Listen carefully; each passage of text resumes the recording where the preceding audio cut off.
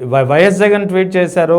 Police యంత్రాంగం ఎంత ప్రమాదకరమైనటువంటి ధోరణిలో ఉంది, ఎలా వ్యవహరిస్తోంది, హేరామ్ సేవ్ ఆంధ్రప్రదేశ్ అంటూ ట్వీట్ చేస్తూ పోలీసుల వైఖరిపై కూటమి ప్రభుత్వ విధానాలపై ఆయన ప్రశ్నలు కురిపించినటువంటి పరిస్థితి. ఎలా చూడాలి ఈ అంశాన్ని? ఆంధ్రప్రదేశ్లో పోలీసు యంత్రాంగంపై సిబిఎన్ గారు, మన ముఖ్యమంత్రి సిబిఎన్ గారు దృష్టి సారించాలి. ఎందుకంటే పోలీసు విభాగానికి కంట్రోల్ లేదు. పోలీసు డిపార్ట్మెంట్ని తక్షణం చంద్రబాబు నాయుడు గారు ప్రక్షాళన చేయాలి. ఎందుకంటే ఎక్కడైనా సరే ఆంధ్రప్రదేశ్లో ఏ మూలకి వెళ్ళినా సరే పోలీసులు సివిల్ అండ్ ఫైనాన్షియల్ సెటిల్మెంట్లు ఇన్వాల్వ్ అయ్యారని, ఏ ఒక్క పోలీసు అధికారి ఆస్తి చూసినా 100 కోట్లలోనే ఉందని రిపోర్టులు చెప్తున్నాయి. ప్రజల్లో కూడా చాలా చాలా తీవ్రమైన అసహనంతో ఉన్నారు పోలీస్ డిపార్ట్మెంట్ యొక్క వైఖరి చూసి. మీరు చూశారు, ఎక్కడైనా సరే లాఠీకర్ల పాలన సాగుతుంది. ఒక్క కేసు వీళ్ళు సాల్వ్ చేయట్లా. అదిగో తునిలో చిన్నారి తప్పిపోయింది, ఇప్పటి వరకు దొరకలేదు. మదనపల్లిలో ఒక పాప తప్పిపోయింది, ఇప్పటి వరకు దొరకలేదు. విజయవాడలో చూసాం, నడిబొట్టులో లాకప్ చూసాం. దానికి ఏ విధమైన సొల్యూషన్ వచ్చేలా లేదు.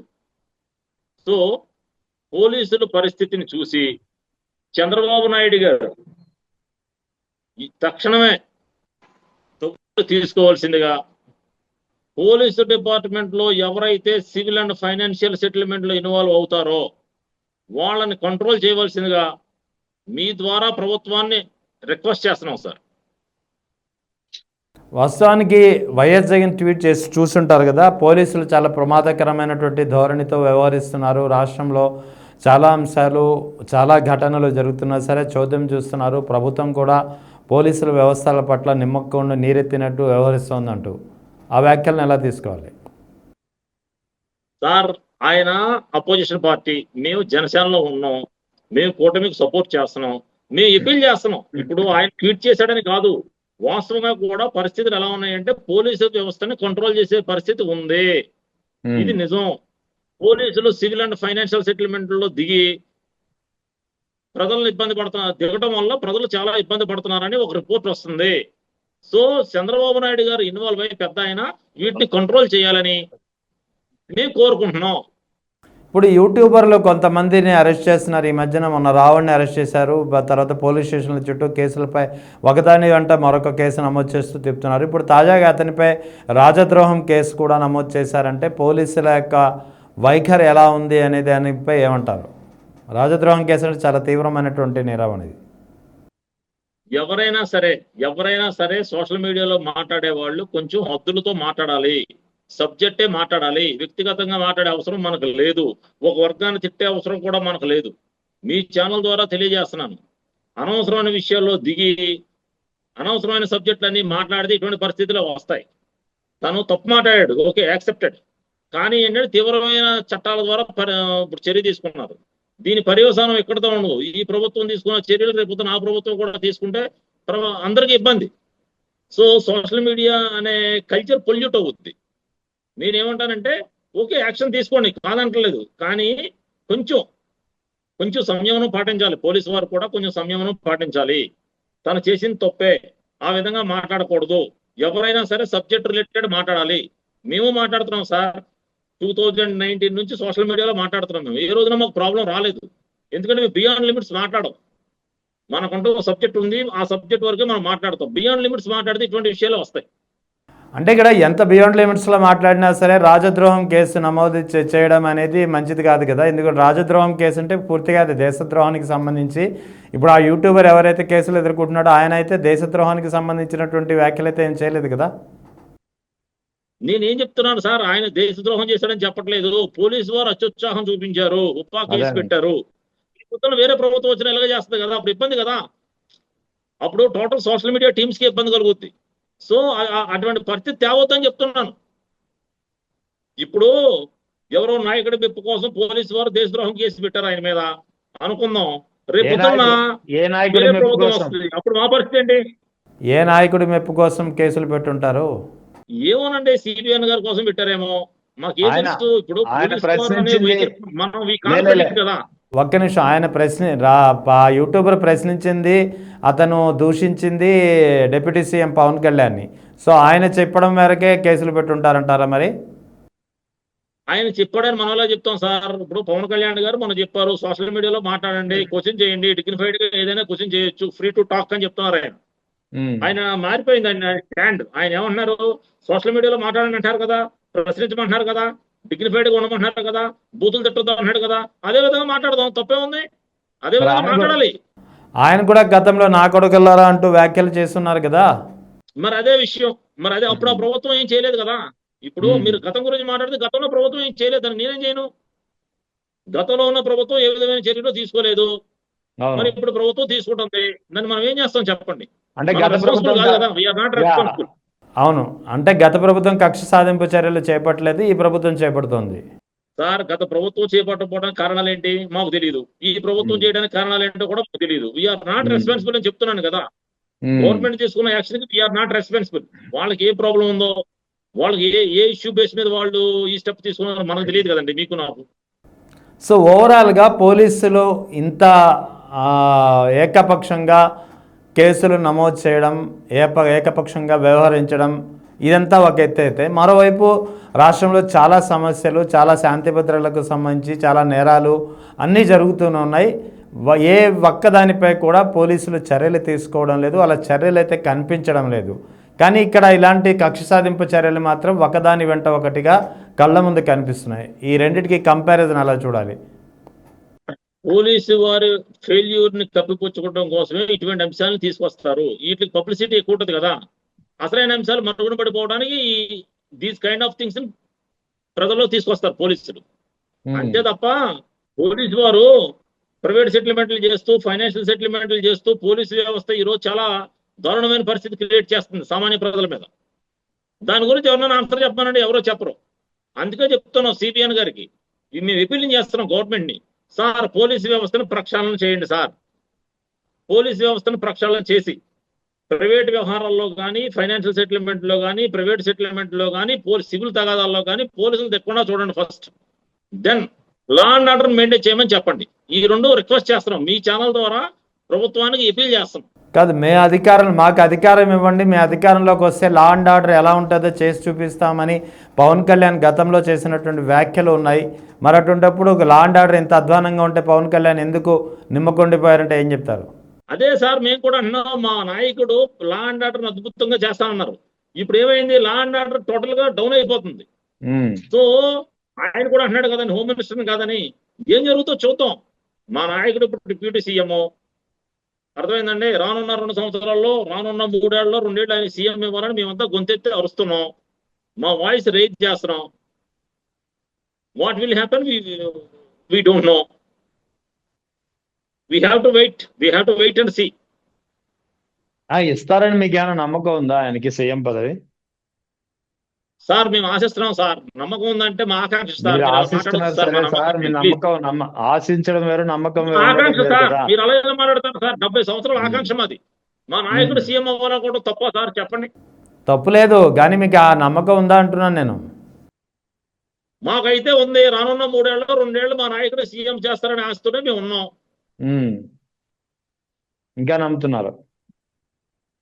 మరి ఏం చేస్తాం? ఇప్పుడు మేమంటూ ఫైట్ చేస్తాం, మేమంటూ పోరాడాం, మేమంటూ ప్రయత్నించాం.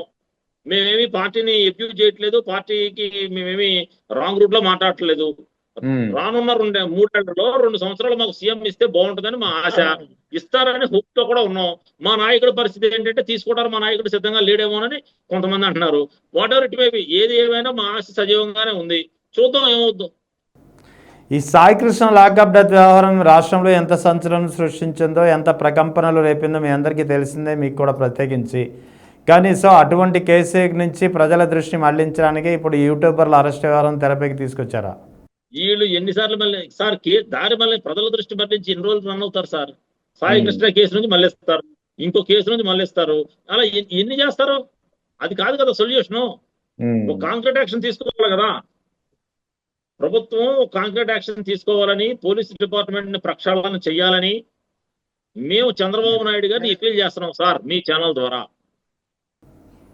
సరే, ఇక సాయికృష్ణ తల్లి విజయలక్ష్మి గతంలో ఈమె చంద్రబాబు నాయుడు ఈమె కుటుంబ సభ్యుల్ని పిలిపించుకొని మాట్లాడినప్పుడు న్యాయం చేస్తామని భరోసా ఇచ్చినప్పుడు ఆమె బయటకు వచ్చి చంద్రబాబు నాయుడుపై మా నమ్మకం ఉంది, ఆయన న్యాయం చేశారు అని చెప్పి వ్యాఖ్యలు చేసిన ఆమె నిన్న తాజాగా న్యాయం జరగలేదు, మా అబ్బాయి మృతదేహం ఏమైందో తెలియట్లేదు, బూడిదనైనా అప్పగించండి అంటూ మరోసారి కన్నీటి పర్యంతం అవుతూనే ఒకవేళ న్యాయం జరగకపోతే పోలీస్ స్టేషన్ ముందు కిరోసిన్ పోసుకుని ఆత్మహత్య చేసుకుంటానంటూ చాలా తీవ్రమైనటువంటి వ్యాఖ్యలు చేసింది ఆమె. ఎలా చూడాలి? అవును సార్, సీఎం గారు మాట్లాడారు, న్యాయం జరుగుద్దని హాస్పిటల్ ఉండొచ్చు, ఆవిడ తప్పు లేదు. ఇప్పుడు న్యాయం జరగాలంటుంది, చూద్దాం. ఇప్పుడు 29th హెబియస్ కార్పస్ అయిపోయింది కదా, మళ్ళీ అది జూలై 15కి వాయిదా పడింది అది. అదే సార్, ఇప్పుడు నేనేమన్నానంటే ఆవిడ ఆవేదనలో అర్థం ఉంది. మరి బాడీ అన్న ఇవ్వాలి, బూడిద అన్న ఇవ్వాలి, మరి ఏది లేకుండా ఉంటే మరి తప్పు కదండి అది. చూద్దాం పోలీసులు ఏం చేస్తారో ఏంటో చూద్దాం. ఎన్నాళ్ళు ఇలాగా ఈ చర్య పోలీస్ డిపార్ట్మెంట్ ఎలా పనిచేస్తుందో ఒక నిదర్శనం.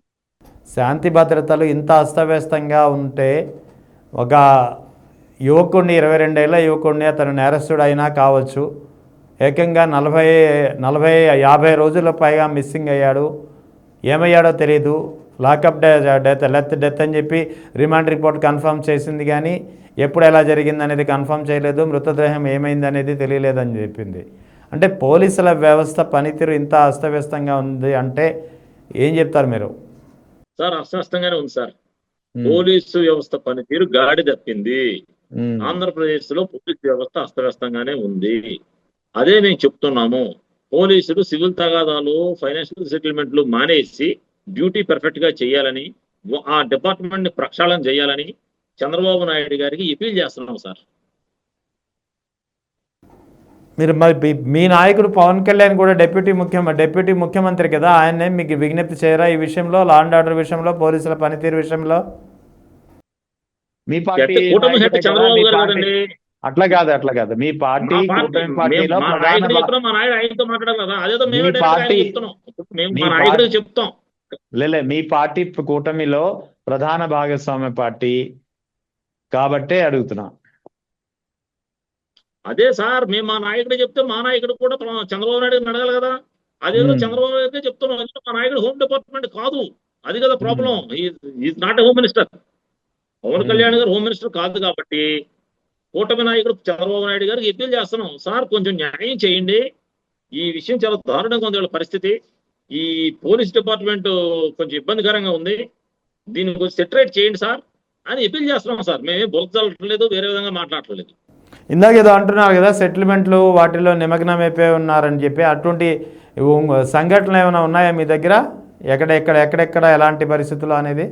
సార్, తునిలో అమ్మాయి దొరకలేదు,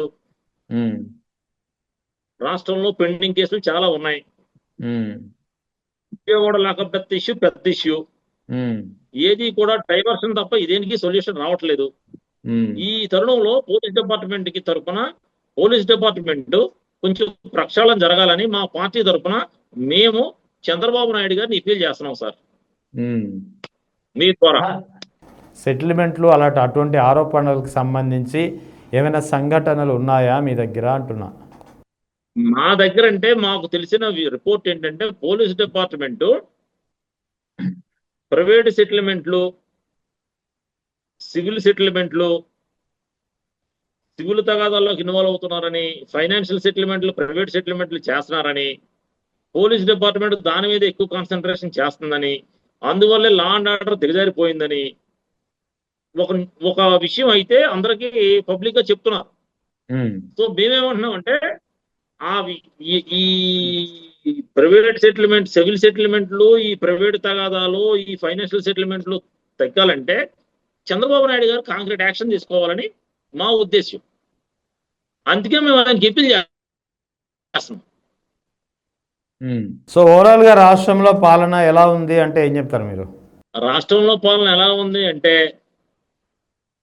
మేము జన సైనికులుగా మేము కానీ, ఓటేసిన ప్రజలు కానీ ఆశించిన స్థాయిలో అయితే కూటమి సక్సెస్ కాలేదు. ఇంకొంచెం కూటమి పాలన డెవలప్ అవ్వాలని, కూటమి పాలనలో సంక్షేమం కూడా యాడ్ అవ్వాలని, ఎంతవరకు అమరావతి అంటూ వీడు చేస్తున్న ఈ అమరావతి క్యాన్వస్ ఆంధ్రప్రదేశ్ మొత్తానికి ఎఫెక్ట్ గా లేదని ఉమ్, అర్థమైందండి. కొన్ని సర్వేలు చెప్తున్నాయి. ఇప్పటికే రవిప్రకాష్ గారి సర్వే వచ్చింది. ఉమ్. సో ఏం కూటమి సర్వే తరఫున మేము కూడా జనసేన ఉన్నాం కాబట్టి, కూటమిలో ఉన్నాం కాబట్టి తప్పులు సరిదిద్దుకోవాలని, ప్రజలకి దగ్గరగా మనం పాలన తీసుకెళ్లాలని, ఈ పోలీసు వ్యవస్థను ప్రక్షాళన చేయాలని, అలాగే ఆర్థిక క్రమశిక్షణ కూడా పాటించాలని మనస్ఫూర్తిగా కోరుకుంటున్నాం సార్. ఏం సర్వే అది? ఇందాక ఏదో సర్వే చెప్తున్నారు, దేని గురించి అది? ఆర్టీవీ అండి, మన రవిప్రకాష్ గారు సర్వే ఇచ్చారు కదంటున్నారు. సర్వే ఏంటది? ఆర్టీవీ రవిప్రకాష్ గారు సర్వే రిపోర్ట్ ఇచ్చాడు. సర్వే ఏంటని పర్సంటేజ్ ఆఫ్ ఓట్స్. అదేనండి, కూటమికి ఎన్ని ఓట్లు వస్తాయి ఏంటి, వైఎస్ఆర్కి ఎంత అని ఇచ్చాడు పర్సంటేజ్ ఆఫ్ ఓట్స్. సో నేనేమంటానంటే వాటన్నిటిని దృష్టిలో పెట్టుకుని మా కూటమి ప్రభుత్వం నడుచుకోవాలని, 100% సక్సెస్ అవ్వాలని మనస్ఫూర్తిగా కోరుకుంటున్నాం సార్. సరే, ఏం చేయలేం కదా. సరే, కూటమిలో జనసేన పార్టీ స్టాండ్ ఎలా ఉందో నాకు తెలియదు, కానీ ఎలా ఉన్నా సరే ఖచ్చితంగా కూటమి పార్టీ వైపే ఉంటుంది. వైఎస్ఆర్ కాంగ్రెస్ పార్టీ అధినేత వైఎస్ జగన్ కొత్తగా ప్రస్తావించినటువంటి మావిగన్ వర్సెస్ అమరావతి ఒక ఛాలెంజ్ విసిరారు ఆయన. దాంతో తేల్చుకుంటాము 2029 ఎన్నికలను అని చెప్పి. మావిగన అమరావతి అంటే మీ పర్సనల్ ఒపీనియన్ ఏంటి? వ్యక్తిగతంగా మా పర్సనల్ ఒపీనియన్ అనేది మనం చెప్పడం భావ్యం కాదు.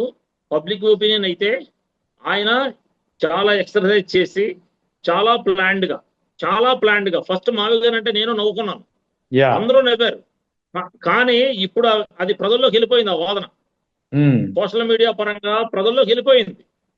సో జగన్మోహన్ రెడ్డి గారిని ఫస్ట్ ఈయన కరెక్ట్ కాదు, ఇది ఫెయిల్ అవుద్ది అనుకున్న వాళ్ళందరూ కూడా ఆయన చాలా ఇంటెలిజెంట్ స్టెప్ తీసుకున్నాడని, ఆయనకి మంచి డైరెక్షన్ ఇచ్చారని, ఎవరో ఆయన మావిగన్ సక్సెస్ అవుద్దని, సోషల్ మీడియా ద్వారా ప్రజలందరిలోకి మావిగన్ వెళ్ళిందని, ప్రభుత్వం డబ్బులు ఖర్చు పెట్టకుండానే కొత్త రాజధాని ఏర్పడద్ది తక్కువ ఖర్చుతో, ఈ అమరావతి 5 లక్షల కోట్ల రూపాయలు పెట్టుబడి పెట్టాలి, తర్వాత అది రివర్ బెడ్, అసలు ఆ ఏరియా రాజధానికి సూటబుల్ కాదు అని సామాన్య ప్రజల వరకు చేరుకుందని ఒక వర్గం మీడియా చెప్తుంది.